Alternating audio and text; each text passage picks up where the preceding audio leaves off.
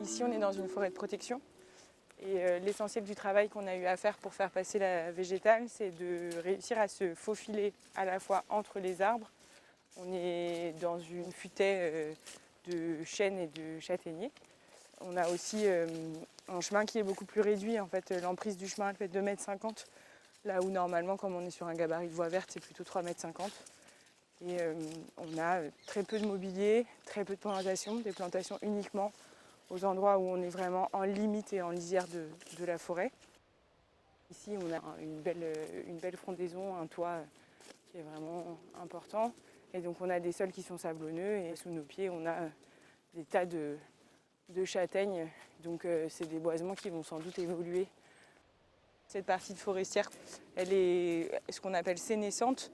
Et donc, elle est composée essentiellement par des arbres qui sont quand même relativement âgés et qui, à force de vieillir, deviennent des habitats à eux tout seuls. Et donc, notamment, on y trouve des loges de pic.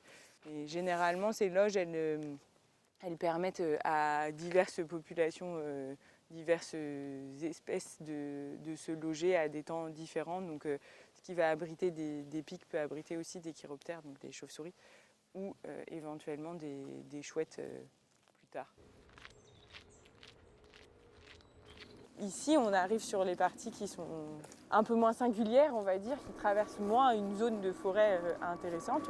Le passage du chemin, il était contraint à la fois par la limite de l'infrastructure du ferroviaire et la limite de la forêt.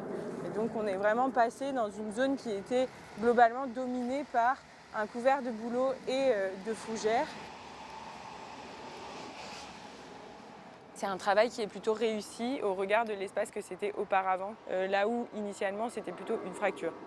On va maintenant aller voir un endroit qui n'est pas encore aménagé et qui m'enthousiasme énormément parce qu'il est l'image que je me fais de ce qu'est la Norvège.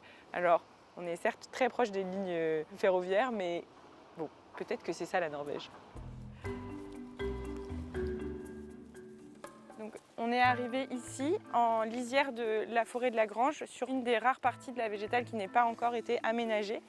Et l'année prochaine, lorsque les travaux auront été réalisés, le chemin traversera la frondaison des fougères ici et on y installera sans doute au moins un observatoire pour pouvoir vraiment s'abîmer dans la contemplation des fougères et ce sera vraiment un endroit sympa.